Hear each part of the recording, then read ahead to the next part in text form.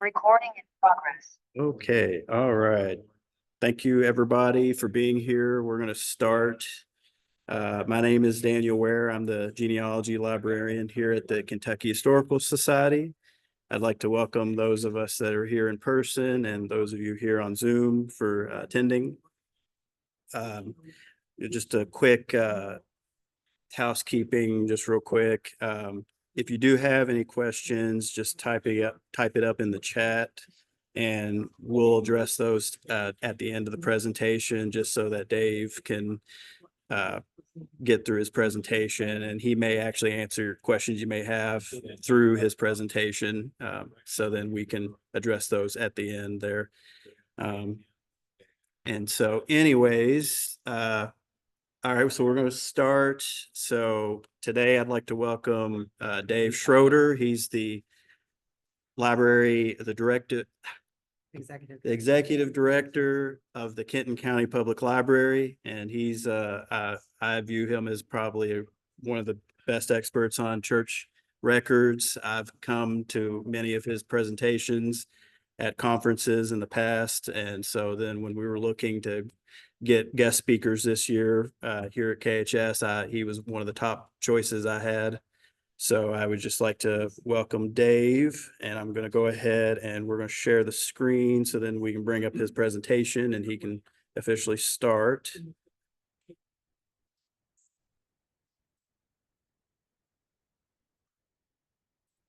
Okay, I guess just I'm not sure. Pull up the main. Let's see. Yeah, there we go. Okay. Well, maybe. There we go. We're gonna minimize this. Okay. Okay. Welcome, everybody. It's always a pleasure to be here at the Kentucky Historical Society, talking about one of the, I think, the most unused records in genealogy, and sometimes the most valuable records in genealogy. As I was introduced, my name is Dave Schroeder. I am the executive director of the Kenton County Public Library. Before I was director, I was our history and genealogy librarian. We have a large history and genealogy collection at the Covington Library, and so I worked in that department for almost 20 years before I became director. So we are very used to using church records at the library and use them quite often. So I am going to, we're having a few technical difficulties at this end, but I'm going to keep moving on to keep to everybody's time. Maybe. Here we go. Although I think. Okay, here we go. So why were church records kept? Typically, church records predate civil records. So they're very valuable. We all think that birth certificates and death records go back to the beginning of time, and we all have figured out if you've done genealogy, they don't. And so church records sometimes are the only records that are available that actually provide information on the lives of people in a community. And so church records I have found to be extremely valuable. They're older, not only in the United States, but also in Europe. So if you're doing research across the pond on your ancestors who came over, church records tend to predate civil records there as well. They were kept for population statistics. Oftentimes in Europe in particular, they gave record keeping, excuse me, they gave record keeping responsibility over to the churches. So they used the church's records for official record keeping. So population statistics were kept. They used church rolls in Europe for taxation purposes because a group was already keeping the record. So why should another group keep them? Keeping track of legal relationships. So when property came to play, well, can you prove that you're related to so-and-so? Well, if there's no civil records, church records played that role, and they played that role in our early Kentucky as well. And legitimacy issues, not something that we worry as much about today, but certainly at a certain time in our history, legitimacy of births were extremely important, particularly for legal purposes. So those are some of the reasons why we keep church records. And what kind of records are typically kept? And it really all depends on the denomination. Typically you'll find baptism records, you'll find marriage records, and death records. Those are the three big ones. And many denominations in Kentucky and throughout the United States kept those three records. So baptisms, marriages, and deaths. Depending on the denominations, others kept First Communion records. They kept confirmation records, depending on the denomination. If there's a cemetery, oftentimes there's a cemetery connected. And if you're really lucky, they will have kept cemetery records. I have found that's very hit or miss, especially with small churches. They tended to see not to see a need to keep those records because the tombstone was there in the churchyard. And so oftentimes those tombstones, though, are no longer legible or they're gone. And so there's no record. So, but if there are cemetery records, they can be extremely helpful. Parish census records or church census records are also kept. Churches occasionally would do a census. They wanted to know who was a member of the congregation. Those, I'll show you an example of one of those a little while. Those can be extremely helpful. Some of them are very detailed and depending on the time period can be extremely helpful. And those are usually buried in church records. They could be in the basement, they could be in a file cabinet, they could be anywhere because they're not typically used on a regular basis. So those are also possibilities. Schools, if a church kept a school, school records can also be available. And we think of schools as being Catholic only, which is not the case. Many German congregations, Protestant German congregations, also had parochial schools and kept church records as well. The German Reform movement, particular in the United States, the German Reformed churches often had day schools that were parochial tuition-based schools as well.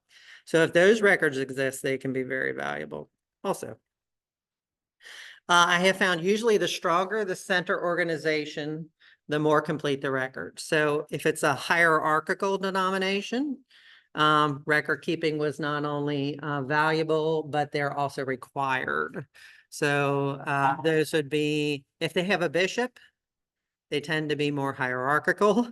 If they are more independent churches, less likely to have complete records. So circuit riders, for instance, those early circuit riders that traveled across Kentucky to spread the gospel, kept records. They usually kept them in the saddlebag or in a case they carried around. And oftentimes those ended up in a local library, or they could have ended up here at the Historical Society, or they could have ended up with the family. And so we're still finding some of those things and we're still trying to gather them and collect them. So if you know of any of those that exist, please call the Historical Society or anybody, your local library, and see if they'll scan those records for you if you have those in your family, because those can be invaluable to people doing records. So it really depends on the denomination that your family is coming from.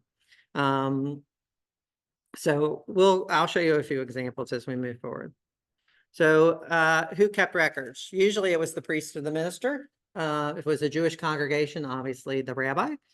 How are they stored? You name it, that's how they're stored. And that's how they continue to be stored. So they could be in a parish office. They could have been in the minister's house. They could have been in a central archives, private homes, neighboring congregations. And it's really important to remember that church records are seen as valuable as long as they're being used. And then when they kind of, when the people have died or moved on, they tend to be kind of pushed back into the file cabinet or put into a box and put somewhere else. And so just because the minister of the local parish or the local congregation doesn't see those records on a regular basis doesn't mean they don't exist. They could be somewhere. They're just hidden away, maybe in the attic or the basement or in a file cabinet or somewhere. So it's a good practice, I think, for every congregation to kind of go through their buildings every once in a while and take a look and see what's hiding in the nooks and crannies, because oftentimes you'll find things that that you might didn't know existed. Also, when you're looking for church records and you're asking congregations for copies of church records, it's always important to know a few things. First, church records are not public records. So they don't fall under the open records law. They are kept for church purposes only. And so if you go to a church and ask to see a church record, they can tell you no, and you really have no say in that. Most churches, however, do make them available. And most of the time you're dealing with the secretary or the administrative assistant of the congregation. So it's always good to be kind and nice, to offer to pay for the copies, to offer to pay for whatever they need to cover the cost of those things. Little grease always helps along in the situation. So just a little piece of advice when you're looking for church records and you're making phone calls. And you have to remember, people who are working in these congregations have other jobs. They're not just sitting around waiting for us to call for genealogy. So when we call, it's very important to us. To them, it's another duty they have to do. So going out of your way to be kind and nice goes a long way to perhaps getting what you want. So again, remember, church records are not open records. They're not like going to the Office of Vital Statistics. That's not how it works. And again, most churches are very open to providing their records to people. Some not so much. So, and again, it could depend on the denomination. It could just depend on the minister or whoever is dealing in and keeping the records. So I'm going to give you some examples. So many denominations, and each denomination kept records a little bit differently. And so I thought I would give you some examples of what some church records could look like. So this is the Union Methodist Church in Covington, which is in Kenton County. It's a baptism from 1902. I know it's small, but if you look across the type, it's at top. It says February 2nd, 1902. Hattie Sarah Johnson. She's an adult, and that's pretty much all the information you're getting on her. I have found, particularly in Protestant church records, if an adult is being baptized, they typically don't go to the trouble of listing a date of birth or those kinds of things, unfortunately. They're just listing that a baptism occurred and on this particular date. If you go down a little bit further, about halfway down, you'll see there's another one there of a woman by the last name of Williams, and it says she's an infant. Then you're getting some information. So you're getting the names of the father. So Bradford S. and Mary A. So her parents are Bradford S. Williams and Mary A. Williams. And you're getting a date of birth. So she was born on January, can't quite picture that out on my screen, but 1901. She was baptized at home, not at church. So again, baptisms, and depending on the denomination, could take place anywhere. The interesting information on this record, of course, is the parents. So that gets you back another generation. The other thing I want to point out on this record is the dates. So she's baptized. She was born in 1901 in January, and she's baptized in February of 1902. So the family, for one reason or another, waited a year for the baptism. And so we tend to assume that people were baptized closer to their birth. That's not always the case. Again, different denominations have different traditions. And so on this one, this baptism happens a year after the child's birth, and she's clearly marked as an infant. So we know that this is not an adult. Here's Trinity Episcopal Church in Covington. So this is from the Anglican tradition. This is a baptism from 1877. Again, you'll see we're getting a little bit more information here. Episcopalians tend to follow the tradition of record keeping that they had before the Reformation. which is a little bit more detailed records. And so Episcopalians tend to have pretty good records. Trinity Episcopal is one of the oldest churches in Covington. It goes back to the 1840s. And this is a very proactive congregation who approached us at the library and said, we have multiple books. There's no copies of them. We want to do something with them. What will you do to help us? And when they first came, we thought, well, let's microfilm them. And then we just decided, since we have so much online already, let's just scan them, because we can always make microfilm off the scan. So we have scanned their records in, and we're still scanning their records in. So we've been doing this for about 4 years. The scanning is not what takes the time, it's the indexing. So not only are we scanning these records, but we're also indexing all the names. And if you ever run into anybody who works as an indexer or volunteers as an indexer, give them a hug or tell them thank you, because indexed records are so wonderful. And especially if they're indexed by someone in the local community.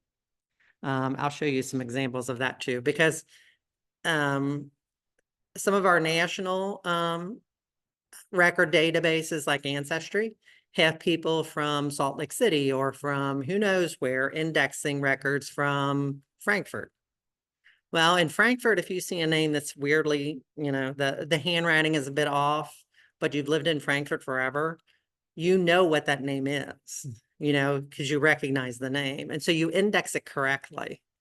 The person in Salt Lake City is just trying to figure out what that really is saying, and they're writing it the way they see it. And so that local indexing, I think, is so important above the national indexing. Not that those indexes aren't valuable, they are, but that local touch really makes a difference. These records, they are giving the date of birth, the date of baptism, the name of the child, the street they live on, the year they were born, and the sponsors' names and the ministers' names. What about sponsors? What's important about sponsors? Yes. So if you see a name of a sponsor that you've seen that name before somewhere, do a little genealogy on that name, because they're probably related. It's not unusual to have a cousin, an aunt, an uncle, to be your sponsor. And so using those records can often lead you down another path that you didn't know, especially with women. Because, once a woman gets married and takes her husband's name, that name follows her. So in this record, they're going to use her married name. So you can oftentimes with women figure out, oh, Sarah, she has an uncle or an aunt Sarah. That must be her husband's name. And then you start making those connections. So sponsors can be very important. But again, on Trinity, you're seeing a little bit more detail than you saw perhaps in Union. This is St. Boniface Church in Ludlow. It's a baptism from 1888. You'll see there's a lot more structure to this record than we saw on the other ones. So it says at the top, on the far right, it gives the last name of the family. So Tierheimer, see it over there, right here. Number 25 of the year. It says at the top that it's 1888. The number below it, the date below it is the date of baptism. So in this case, I believe that is November 18th, 1888. It's giving the child's name. Anybody here can read that? This is a challenge of using Catholic Church records, because they're typically up until the 1960s are in Latin. So that is Louisa, which is Louise. So this is Louise Tierheimer. It says NAT. See this NAT? NAT in Latin means born or of, nativity. That's where the word nativity comes from. So she's born on the 4th of November, 1888. She is baptized on the 18th of November, 1888. That's a long time during this time period for a Catholic to wait to be baptized. I know that seems weird, but typically you were baptized within a day or two of birth. So it could be that the priest was out of town or whatever. But that's what that is. And then X means of, so Joseph Tierheimer, so that's her father. Ex loco, of loco. So just to tell you, this isn't that daunting. What do you think loco means in Latin? Location. He's of Ludlow, Kentucky, where the church is from. So we know he was from Ludlow. Johanna Linz of Ludlow. Then they're giving the sponsors, Johannes Tiermeyer and Juliana Tiermeyer. More than likely relatives of him. Now, what did we find out on this record about Louisa's mother? Her maiden name. Catholic Church records almost always use the woman's maiden name. It's a treasure because oftentimes you don't know what the woman's maiden name is. So not only have we found on this record Louisa's parents' names, but we found that her maiden name is Lins, meaning when you start looking for her, we know what her last name was before she married. Anybody know observanda? Anybody know what this is? You'll see this in church records even today, Catholic church records. No. It's a very interesting concept. So if you are Catholic and you want to get married Catholic, you must prove that you were baptized. And so they're baptized Catholic, particularly in this time period, not as much today. In this time period, they wanted to make sure one of the spouses was Catholic. So when she marries, the priest, wherever she got married from, is sending a note back to the pastor at St. Boniface Catholic Church and saying, this person, Louisa, who was baptized in 1888, was married in my church, make a notation. So the pastor makes a notation over here. He's saying, he performed a matrimonium, see matrimonium, on the 17th of May, 1909, of this person to John Tebbe, Thove, at Covington, Kentucky, in the Church of St. Patrick, Covington, and the name of the ministry. So not only on this baptism record have we found out who she is, who her parents are, the date of her birth, the date of her baptism, her mother's maiden name. We also now know who her husband, who she married, the date and where. So this family, when she got married, she married a gentleman from Covington. St. Patrick and St. Boniface are about 3-4 miles apart. Interestingly enough as well, though, St. Boniface is a German parish. St. Patrick is an Irish parish. So in Catholic terms, we call that a mixed marriage. In this little town of Ludlow, which at the height was 6,000 people, there were 2 Catholic churches, one German, one Irish. So again, with these kinds of records, with Catholic records, you have to look not only at what church they went to, but what was their ethnicity. And I will just give you a hint. If you're looking for a baptism and the father is German and the mother is Irish, almost always the mother rules. So look at the Irish parish first. Typically, the woman's church is where they would go for a baptism. So here's another one. This is a marriage from that same church. This one is all handwritten and it's all in Latin. Sometimes you'll see in these parishes, they'll be written in a mixture of Latin and German, which makes it a little more challenging. But if you find the pattern, it's pretty easy to follow.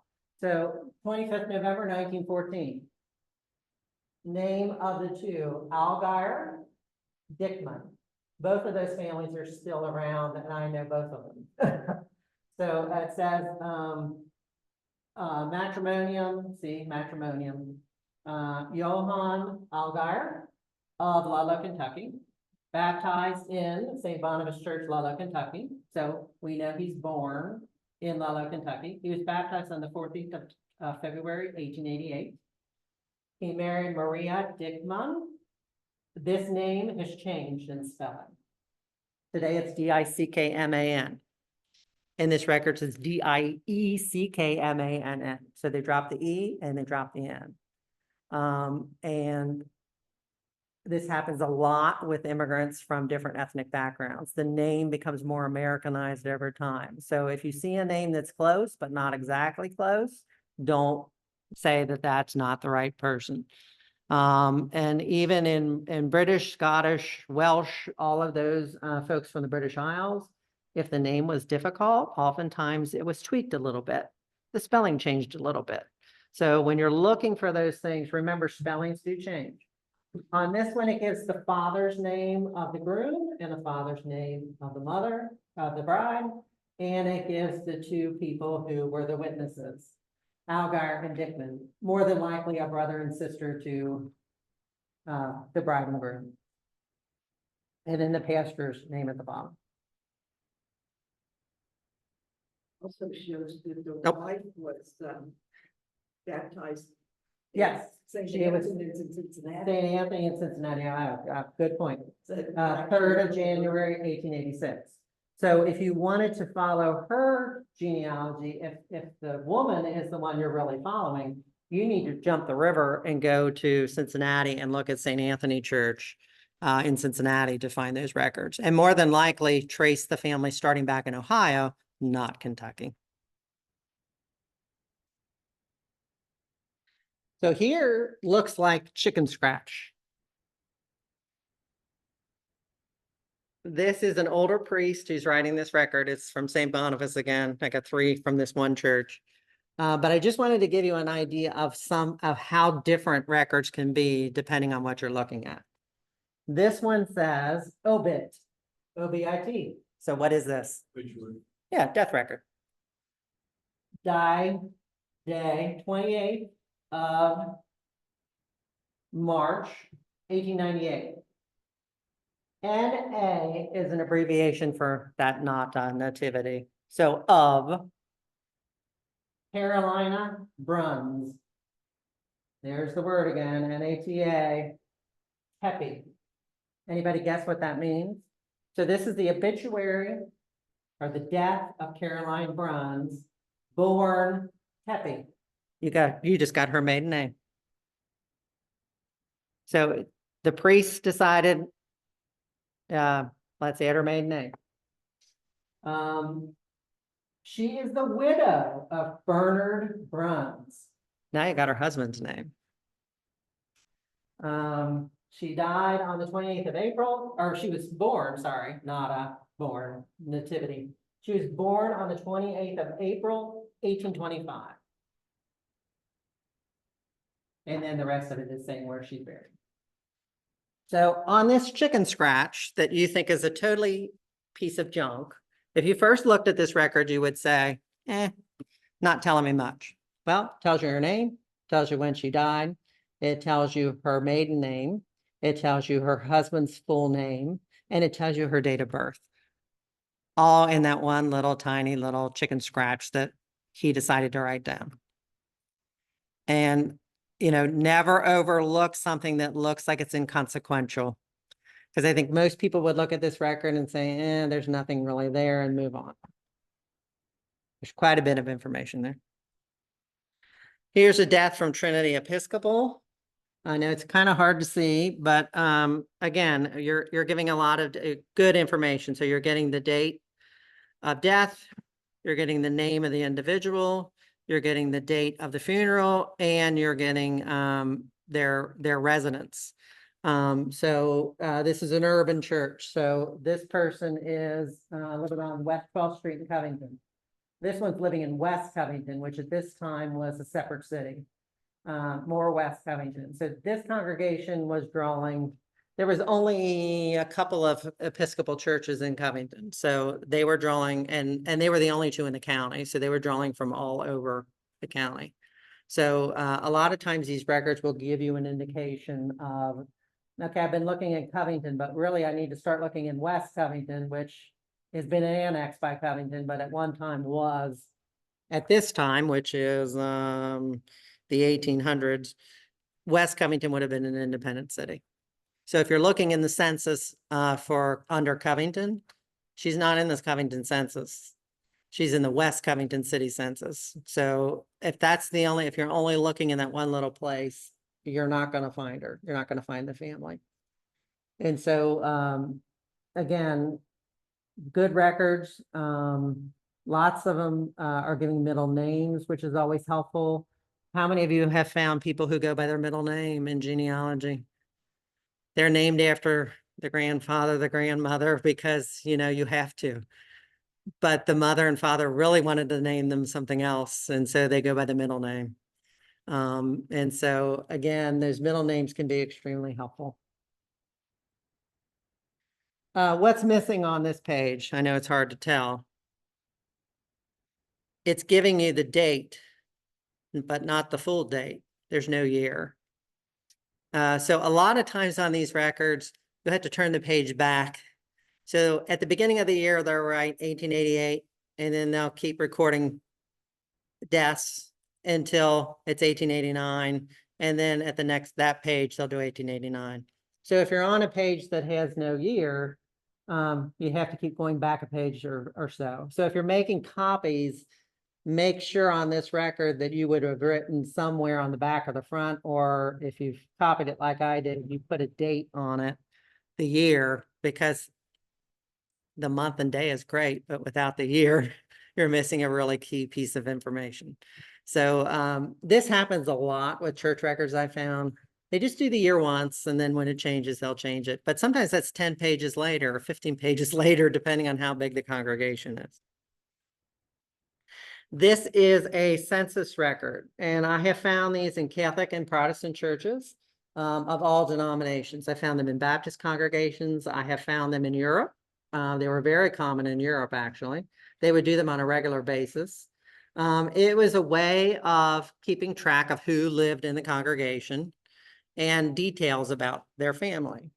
So this one is actually taken in 1894. Why is that very helpful? We lost the 1890 census due to fire, so there's no US 1890 census. This couldn't have been taken at a better time because it's filling in a gap. Otherwise, you go from 1880 to 1900. This is filling in the gap in between. So the name of the gentleman is James Farrell. His wife is Mary Burns. Again, we're using maiden names here almost always in these records. Address. I will tell you this, 1894, if you go to Ludlow and look at 141 Elm Street, you're not looking at the right house. The city changed most of its addresses in 1920 because they were not using odds and ends. They were not using the block system. And so the post office came in, and this happened a lot in cities across the country. The post office said, we're renumbering everything so that we can deliver mail a little bit easier. And as fire departments became more common, having addresses that made sense instead of how they were built. So like the first house was built, it's 100. The next one next to it is 101. Then the next one's across the street is 102. You know, that kind of stuff was happening.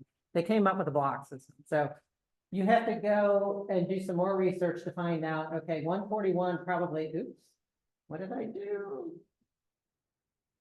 How do I get back? Oh, I bet you it was right there. Oops. Nope. I really just, there we go. There we go.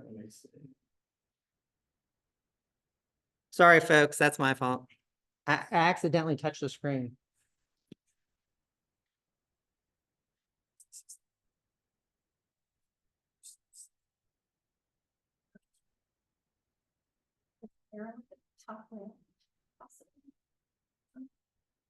I think that's gonna make us leave. That's the thing.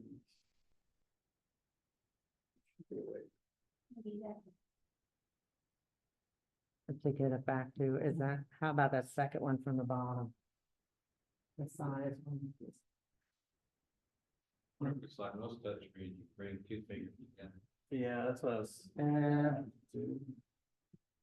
I'm just making. Okay. Well,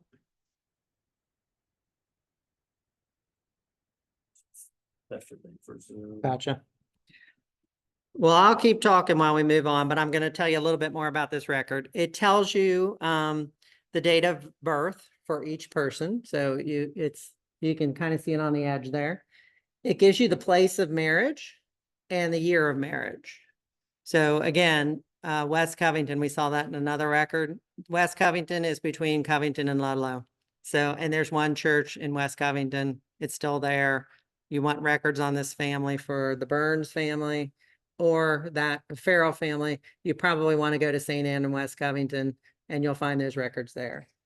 They're both Catholic. Their nationality is listed as American. His occupation, which you can't see at the moment, is in this column. And his occupation is stonecutter. So you find out a little bit more information about him as far as what he did for a living. Actually, if you start doing research on this church, he did all the stonework on the church. So it's a really interesting tie-in of this gentleman not only belonged here, but he cut all the decorative stonework on the building. These can be great records. On the bottom, it lists all of their children, the date of birth, if they received their first communion, if they had been confirmed, and what their occupation was, and if they had died. And one of the children is listed as being deceased in 1900. So, and what's important about 1900 in Kentucky if you're looking for a death record? When did death records start in Kentucky? Systematically, 1911.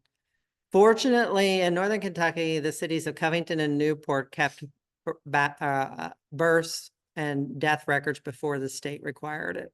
So they predate some of these. I have made a total mess of this. I'm sorry. No, we're still trying to get. If you do that home feed, will that take you completely back to the beginning? Well, I think it just takes us all the way Sorry. out to that, but then.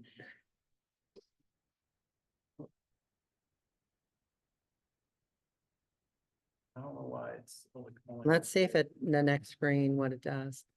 Yeah.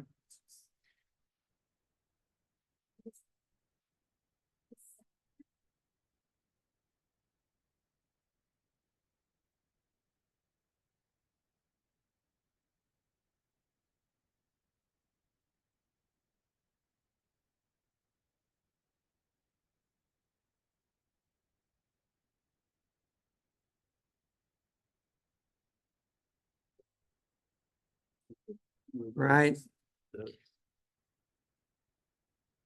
The other thing we could do is I could restart mine on my end and see if that makes a difference. I think it's just, I think it's the problem. It's this, I think. It's the problem.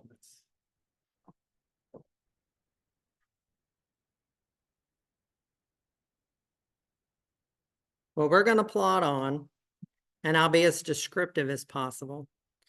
So how do you find the church you think your ancestor attended? There are multiple ways of doing this. City directories are great if they're living in an urban area. City directory will give you an address. Look for churches around that address that you think that the family probably belonged to. Names, last names of individuals. If they have a Scottish last name, they're more likely to be found in the local Presbyterian church, for instance. If they have an English last name, look at the Anglican church. If they have a German last name, go for Lutheran. They could be Catholic. They could be Reformed. They could be Jewish. So you need to look at your options. But those can be very helpful. There are wonderful maps of Kentucky. There's some right behind you that are atlases that show information on where churches were located. Ah, perfect. So yay. So typically people attended the church that was local, that was closest to them, but not always. Sometimes they'd follow a minister. particular minister that they liked. So they would maybe pass in a local Baptist church to go to the other Baptist church where they like the preacher better. If they are if they're Catholic, in Covington, up until 1920, there's 2 maps of parishes in Covington. One is for English speaking and one is for German speaking, and they overlap. So then you got to start figuring out which one do you think they went to. And in Protestant churches as well. So Methodist, there was a strong German Methodist movement in this country. We don't typically think of Methodists as being German necessarily, but there were German Methodist congregations. So just because the congregation is German or the family's German doesn't mean they might not have been Methodist. In Newport, there's a German Baptist church. The interesting thing about that is they're going to follow Baptist theology, Baptist teachings. The records are going to be in German. So that's when you need to kind of, and don't forget Google. Google Translate can be extremely helpful in giving you the little details you need to figure things out. Newspapers can be a help in trying to find who went where, because a lot of times in the society pages and those kinds of things, especially in small town, they love to have, so-and-so got married and this is what the flowers look like and this, so that will help you as well. So finding the congregation, this is a map. So who's used Sanborn maps before? These are great. They're insurance maps. They were made for insurance purposes. Most urban areas and many small towns have maps. In Northern Kentucky, we had them for 1886, 1894, and 1909, and then smaller ones as they were added on. We have a subscription to a database at our library that you can get to them. If your library doesn't have a subscription, you can go to the Library of Congress and you can find these online on the Library of Congress. But you'll see on this one, this is St. Boniface Church. Remember that church record I gave you? I was showing you some of those church records. This is that congregation. Right here is the Presbyterian Church. The next block is St. James Irish Catholic Church and the Methodist Church. One block up from that is the Disciples of Christ. So if you know what churches are in this community, look for where they lived and you'll probably find the congregation they attended. Catholics at this, particularly in the 19th century, tended not to hop around too much as far as leaving the denomination. It certainly happened. Protestants, it was not as uncommon to maybe be born as a Methodist and maybe become a Presbyterian later on, or maybe becoming a Baptist later on. And especially as time goes on, that becomes even more. And today it's, just because you're raised in a particular denomination doesn't mean you stay that way. So don't think because you can't find records in a particular church that maybe they just joined another congregation. People got mad at the local minister or what happened in a congregation or whatever, and they find a way to, they're still going to go to church, so they find another denomination that fits their needs. The good thing is to look for one that has maybe a similar style of worship or theology, because they're probably not going to stray too much, but you never know. Also, if there's a marriage between a Baptist and a Methodist, got to check both, because you never know. Did the family go Baptist? Did the family go Methodist? Did they not go at all? Did one drop their faith and the other one continued to practice? All kinds of options here. So you got to just be aware of things going on. So where do you find the originals? This is the Ladies Baptist Association of Ludlow, a First Baptist Church in Ludlow. Very dignified women getting their formal portrait taken. Originals are typically kept in the local congregation for most denominations, which is very helpful. If you find the congregation, usually if the records exist, they're there, hopefully. If the church is closed, look for a neighboring congregation and call them and say, do you have the records of this congregation? And if not, do you know who does? Oftentimes when a congregation closed, the records just went on to the closest church of that denomination. As time has gone on, there have become national and regional archives of congregation of denominations that have arisen that are starting to pull church records back and putting them in a main repository. If you're looking for a record for a very old congregation, sometimes you want to look up Presbyterian Church USA and see if they have a national archives or a regional archives. The records may have been moved from the local congregation to somewhere where they could be taken better care of and put in an archival situation. And I found that once, in Louisville, there's both a Presbyterian. Yes. Seminary and a Baptist seminary. Yes, This is a very old, I don't use the word, particularly the little rural congregations where yes, a whole lot of the congregation was illiterate anyway. Yeah. Whether they even kept records. A congregation that no longer exists. was Yes. Founded in 1801, yes, very early. Baptist. They're in the archives at the Baptist Seminary. I Yes. found a list of their charter members and there was like 40 of them. Yeah. Wow. Yes, wonderful records. I don't know if everybody online heard that comment, but one of our people here on site was talking about finding an early Baptist church list of founders. Church was established in 1801 and it was at the Baptist Seminary in Louisville. So records have often been moved from congregations to other places for safety. Or if the church closed, or lots of different reasons. So sometimes you have to hunt to find them. But like you said, if you do find them, sometimes there a lot of information in them. Names. Yes, The right names. the right names. And when you think about it too, in small congregations too, a lot of those families will be related. And so you're not only going to find your direct ancestor, but you're going to find a few other lines of people that also worship together because they already knew each other and those connections persist. No, that could be too. Yes. Local libraries and historical societies. So we're standing in the State Historical Society. We at the Kenton County Library have been collecting church records for decades. The list on the right-hand side are Catholic parishes that we have microfilmed their records or scanned them. On the left-hand, or that's on the left-hand side. On the right-hand side are Protestant churches that we have done the same thing for.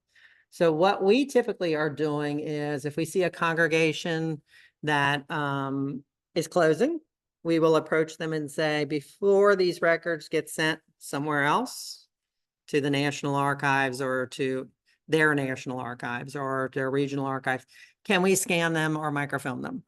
And most of the time the congregation will say, yes, we want to keep a local copy here for people to use, even though the records may be sent to Philadelphia or wherever the regional archive is for the denomination. So you'll see we have lots of Baptist church records, Presbyterian, German Evangelical, Presbyterian, more Baptist Reformed again, Church of Christ, lots of evangelical, and we had lots of Germans in Northern Kentucky, so we have lots of German evangelical churches. Another thing too, when you find a St. John church, doesn't mean it's Catholic. That St. John's Church is United Church of Christ, which originally was St. John German Reformed. So you have to remember there could be two churches in the same town with the same name, but they're totally different denominations. So you have to remember you're looking at the right record. So these are records that we have at the library that are online. The other thing I did on this particular list at the bottom, G, so if it's got a G behind it, it's a German congregation. If it has an I behind it, oops. Don't touch. If it has an I behind it, it means it's an Irish congregation, English speaking congregation. So we're trying to help people when they get to that point, German or Irish. But you'll see lots of libraries maybe don't have this large of a collection. They do have collections of records. And going to your local library sometimes is the best option, or your local historical society if they have a museum or a library, because lots of people are looking for places to put records. but there was no museum, or they didn't think of the state archives. And so they went to a local, they went to the local library or the local historical society and said, we want to preserve these records, but we don't know what to do with them. So records literally can be anywhere. Some of the struggle of finding church records is finding where they are. Once you find where they are, it's easy to look through them. So look for these kinds of places like historical societies and libraries for church records too. There are a lot more church records online. When I first started doing genealogy a long time ago, there was nothing online, literally. And as we go further and further, we're seeing more and more records being microfilmed and or scanned and digitized and being put online. Family Search is the big one. So Family Search has their National Archives in Salt Lake City. We actually did a tour. We led a group out to Salt Lake City from the library and did a fun research trip a while back, which was really interesting. If you've never been to the Mormon Archives, in Salt Lake City, it's amazing. Because of the way they catalog them, they just started with one. So there's a real one of microfilm, and then a real 2, and then a real 3. When I was there, and this has been a while back, they were well over 2 million reels. So you can think about all the microfilm. They are scanning that microfilm slowly and putting it online.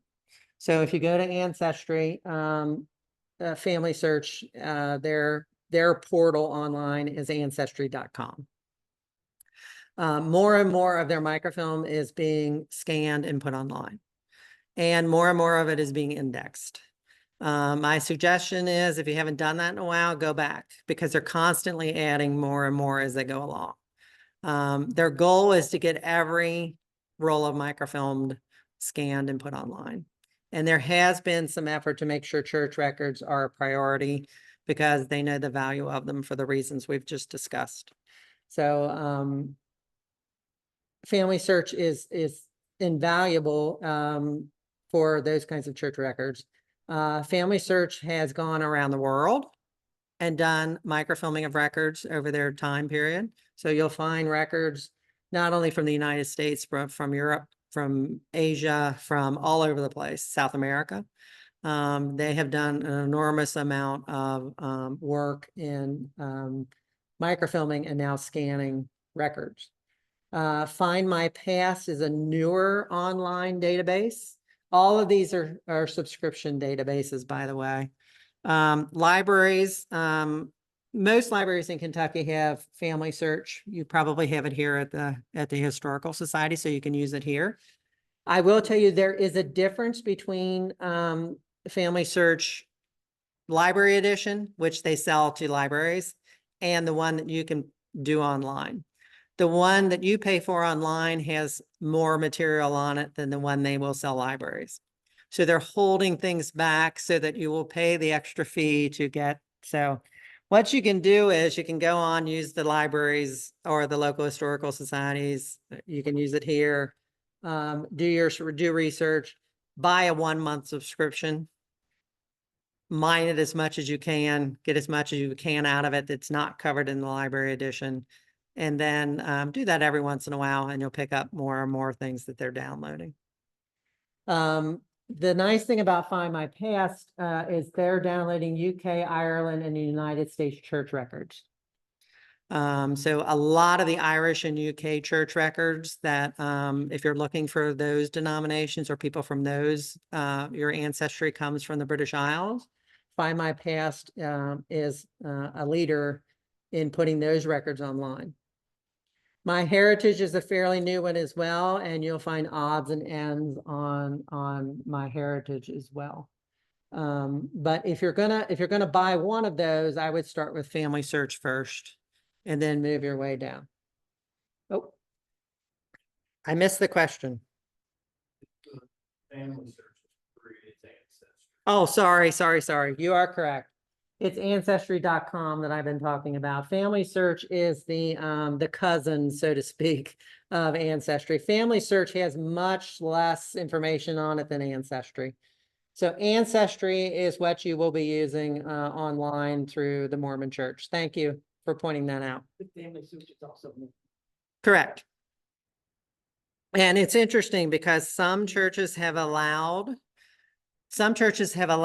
the indexing or the scanning of their records through Ancestry, through the Mormon Church. Others have decided not to for religious reasons. And so it's a mixed bag. You'll find some, you won't find others. And I apologize for that. It is ancestry.com is the one that you want to be looking at. And it is the one that has by far the most records online in this regard. The advantages of online, I think we all know. But I will tell you this, even though they have a ton of information online, especially through Ancestry, Find My Past, nowhere near what exists out there. So still don't discount the local records because many of them have not been touched and many of them will never be touched. Just because they are so remote or because they're so small or whatever, but that might be the exact record you're looking for. So you can't rely just on online. You still have to do the old-fashioned digging and pecking and hunting. Yes, not everything is online. And you will find that a lot of these records have been put into book form over the years. And so you'll find them like here at the Historical Society or at local libraries as well. So again, don't discount agencies like the Historical Society and your local libraries and your local historical society. Well. Oh.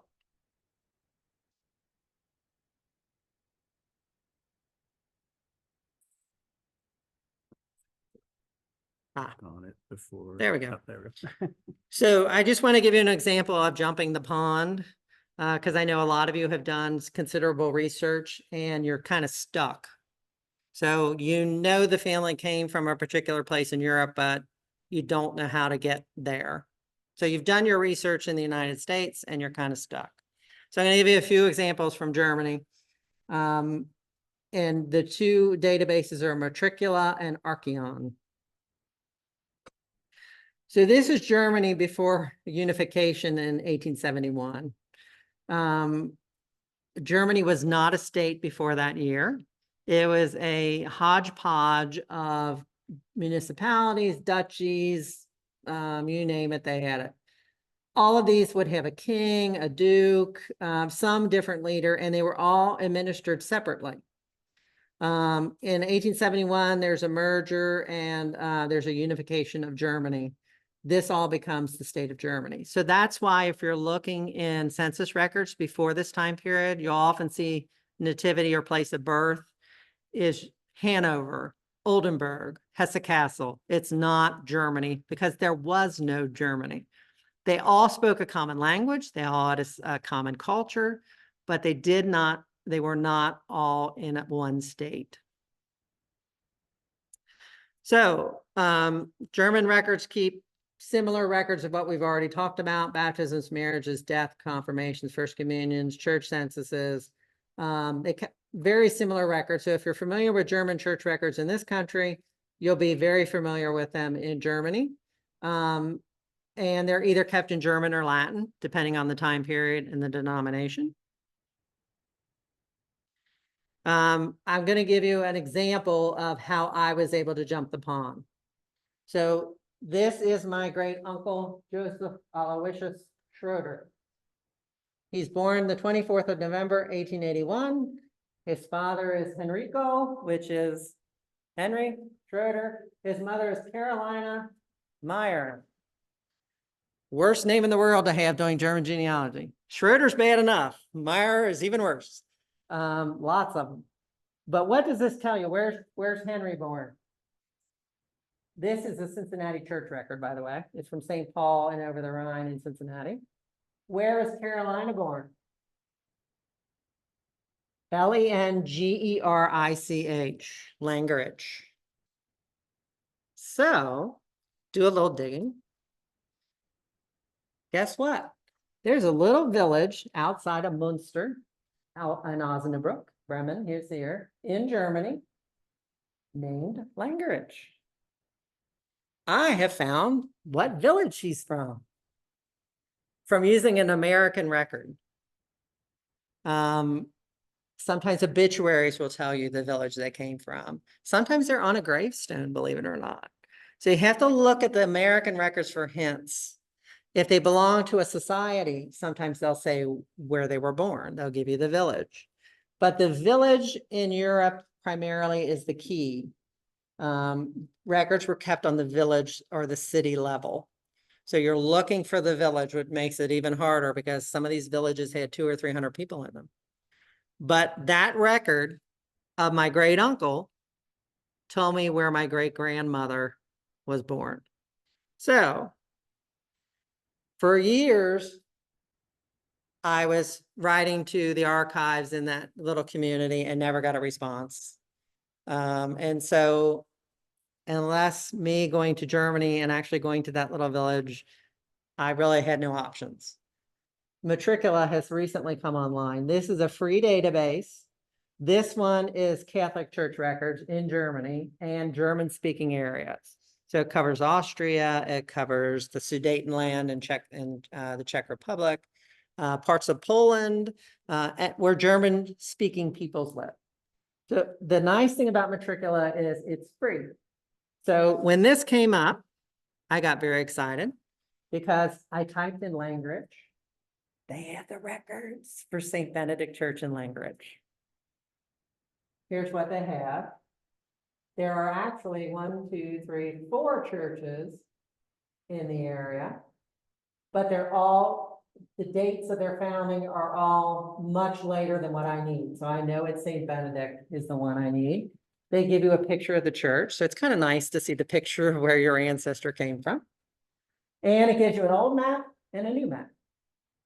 And then it tells you the records exist from 1668 to 1921 for this congregation. So here's the list. Talisman, baptisms, the year. You click these on, you can click an index or you can click the actual record. So you can get a scan of the record. The bad thing about Matricula is no index. So you need to know general date.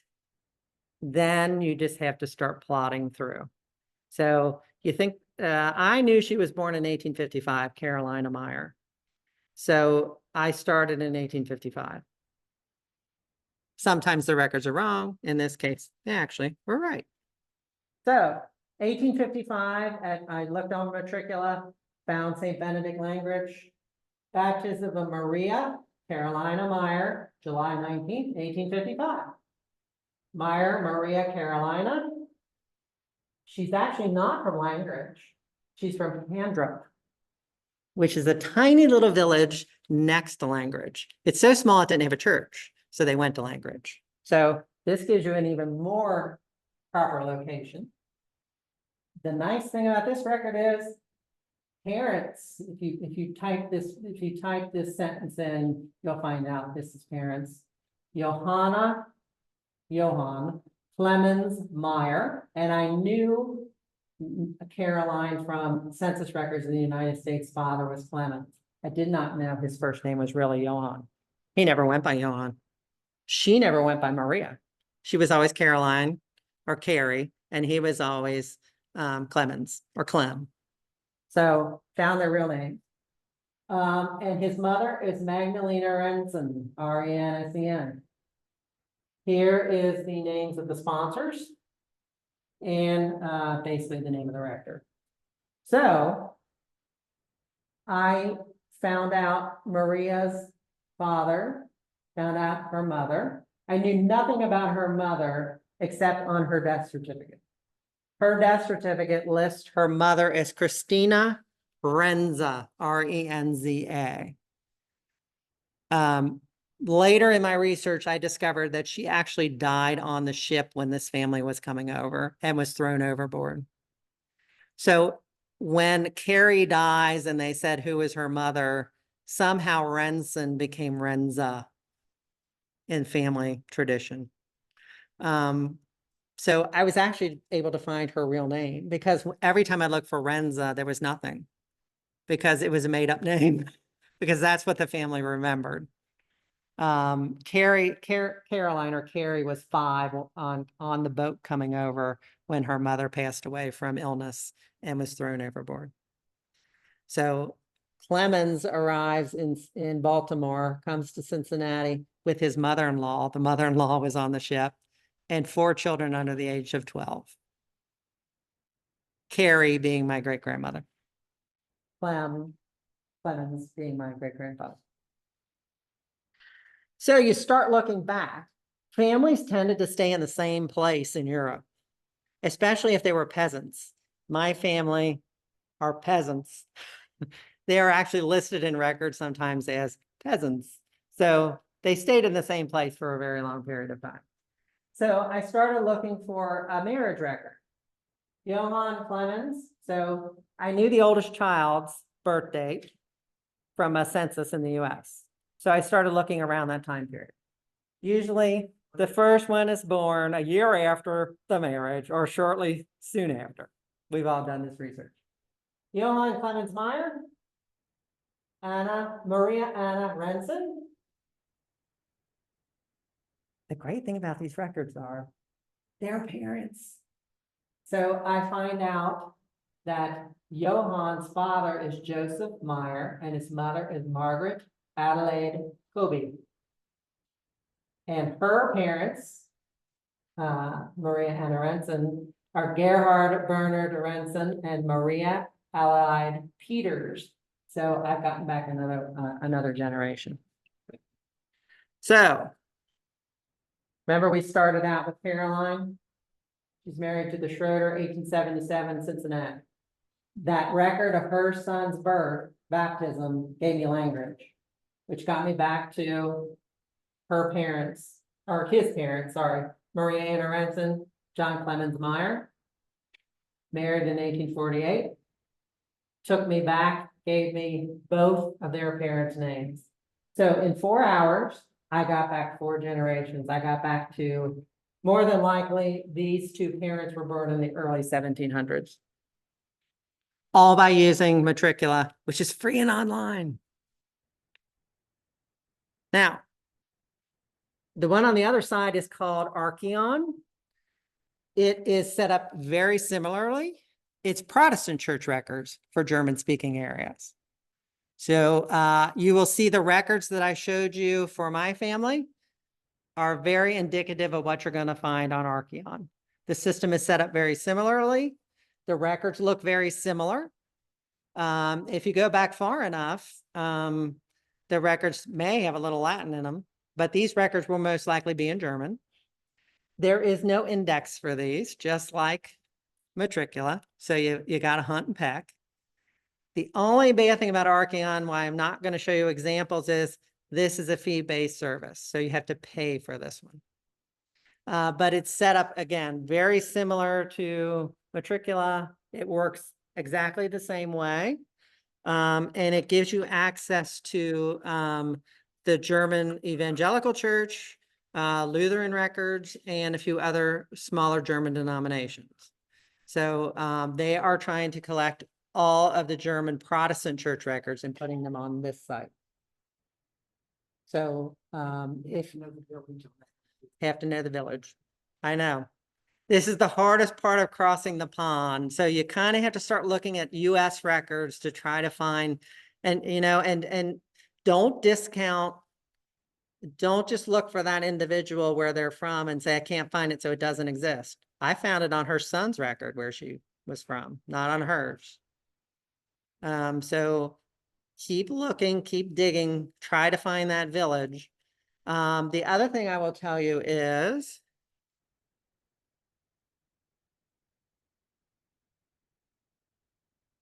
we talk about immigration and how people got to where they were and why they came to where they were. This part of Germany, this is the Dutch border right here. So this is Holland or the Netherlands. This is Duisburg, Munster, Osnabrück, Bremen. So this is where many immigrants from Germany left. This part of Northwest Germany, about 2/3 of the German Catholics in Northern Kentucky came from that area. When I look in those church records, it's like looking at a phone book in Northern Kentucky and Cincinnati. There is so much overlap that the local historical societies in Northern Kentucky and Cincinnati are working with the historical societies in this part of Germany to connect families and to get records done. Because once a family started coming, one family came, they'd write back letters and say, works, we have work here, it's good here, come, When Cincinnati started developing with industry, they were looking for cheap labor. Immigrants throughout our history have provided that kind of labor. They started putting posters up in this part of Germany saying, come, we have jobs, come work for us. And so once that chain starts, typically that chain keeps going. And so there's generations of people who came from this particular area to the greater Cincinnati area.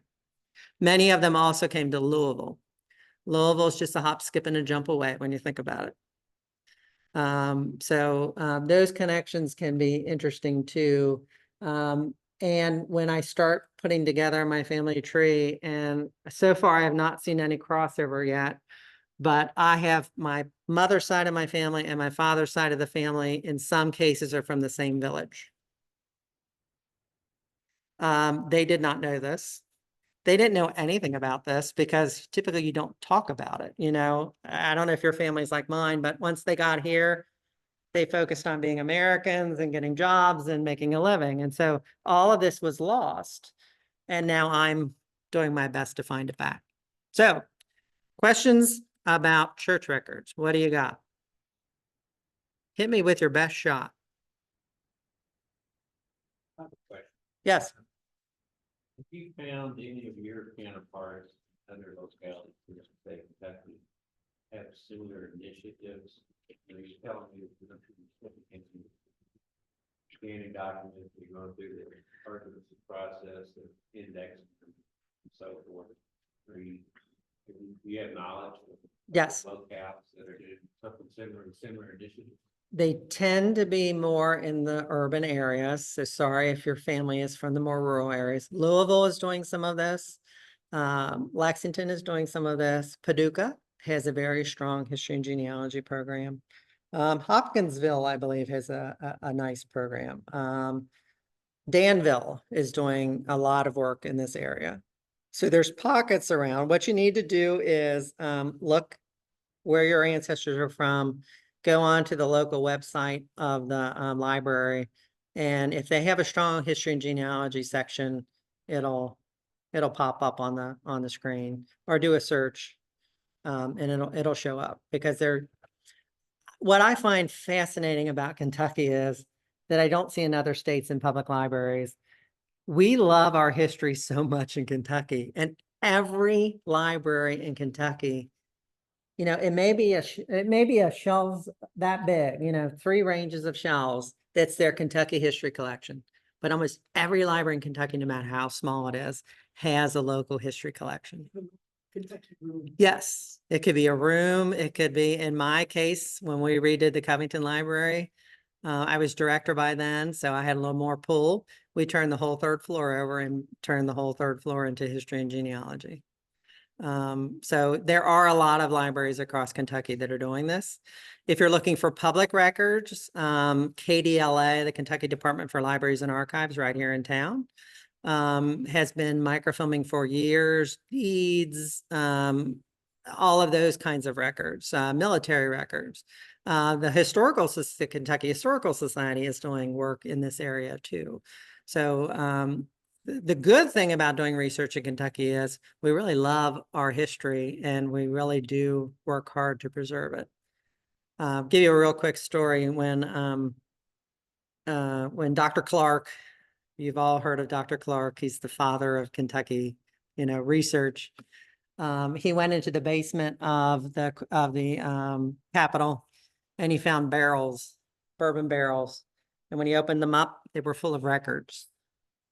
The earliest records of Kentucky. They were thrown into bourbon barrels and put in the basement of the Capitol. That was the start of the state archives. I mean, he made some calls to people who had some authority and said, we need to get these things out of the basement, out of these barrels, and we need to start preserving them and pulling together a strong archives for Kentucky. Kentucky has one of the largest state archives in the country. Think about that. We're not a very large state population-wise, but again, it tells you how much we love our history. We have a fabulous Kentucky Historical Society, and this museum is wonderful. You know, to see a quality of a museum in a state our size like this one is unusual. Kentuckians love their history. KDLA. Oh, Yes, it's the one next to the Vietnam veteran. Yes, they are not. So, yes. Would you be willing to share your presentation? Sure. Could you email it? I don't know if your contact information might be, if it was on the first. It wasn't. I will how about I email it? And then, to Daniel, and if you're interested, Daniel can get it off to you all. How's that sound? Or if you want to email me directly, it doesn't matter. It's Dave.Schroeder. So DAVE.Schroeder, SCHROEDER at Kenton Library, KENTON Library, all one word, .org. And I'll be happy to send it off. We got two little quick things here. Just let me see what these are, and then we're done. Let's see. Buried at sea, correct. Yes, politely buried at sea. You are correct. I just always wonder, ever since I found that out on an immigration list, was the family present? Did my 5-year-old great-grandmother see her mother buried at sea? I bet that wasn't uncommon. It wasn't. I had to. Yes. You're in the middle of the Atlantic Ocean. Yeah, if you're in the middle of the Atlantic Ocean, you don't want a body on board because of disease. Any additional advice for researching Methodist Episcopal circuit riders? Yes, look for the records in the local church. So you're looking in Menifee, and there's something in front of here that Menifee and Morgan counties. Look for the local Methodist churches in Menifee and Morgan County and see if those records exist there. The circuit rider could have deposited those records there. If those churches are too new, look for the oldest church near there and see if they're deposited there. And try the regional organization for that part of Kentucky for the Methodist Church and see if there's a repository that may have those records. Hope that answers your question. Yes, one more. Starting from scratch, our church Yes, was established 1877. okay, We have the records, yes, and they're like on paper. Just yes. needs to find what's the best way to get them scanned and preserve. I mean, you know, they were in a file cabinet. and Yes. There's never been anything done with them. You can either buy a scanner, which are becoming cheaper and cheaper, but you have to be very careful, particularly on onion skin, because onion skin is so delicate. Oh, Yes, you can also find a company. There's companies in Louisville, Lexington, Covington, Cincinnati that will scan them for you. Your local historical society, if they have a program, can do that for you. Do you all have a program here?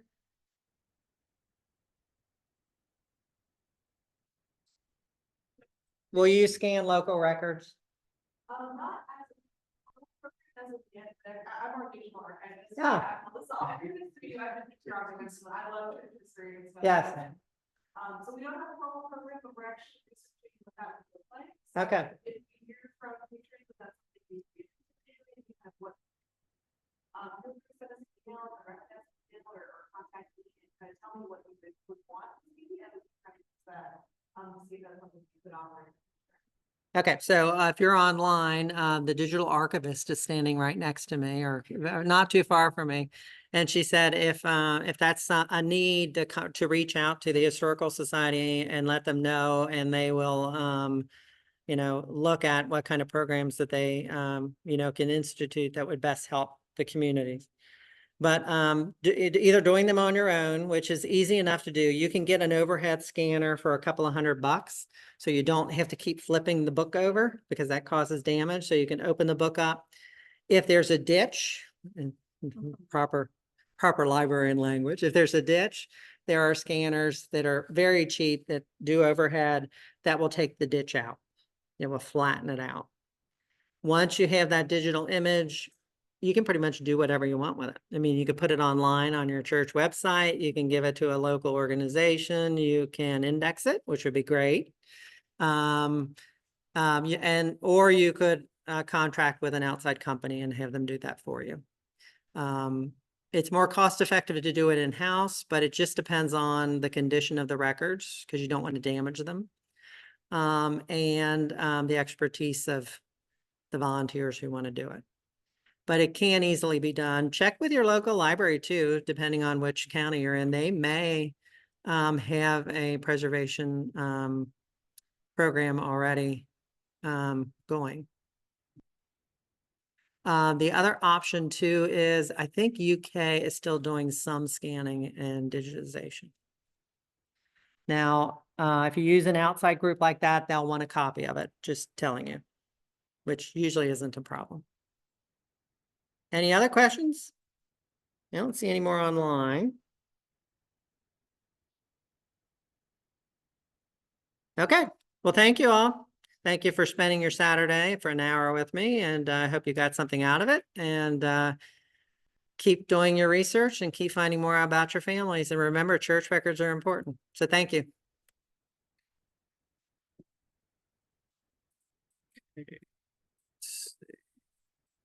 That was very, the portion I heard was very educational. Oh, thank you. I don't know if Thank you you mentioned, very any of the much. guidance. Our next program will be the second Saturday in April, and we're gonna have Cool. Linda Colston, who does research on DNA and genealogy, and she'll be speaking then. So thank you all, and you all have a great day. There's kind of a look, the archivist of St. Paul's in Lexington. Yeah. I forget his name escapes me. I don't know. I could look it up.